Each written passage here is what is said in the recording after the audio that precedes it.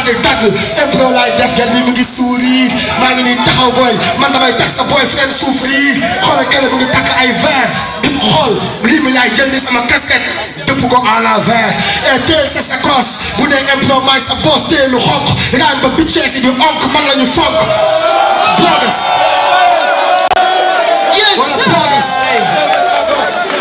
why do you need to shut it down? Okay, I'm gonna shut it down. Okay, I'm gonna shut it down. maa ngi nii king of the underground. baa nga gis li ma ko def gile.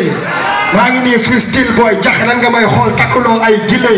yaa ngi nii def sa kóor wala njalla baan. freestyle bi dëggantaan la di du ay njalla xaan.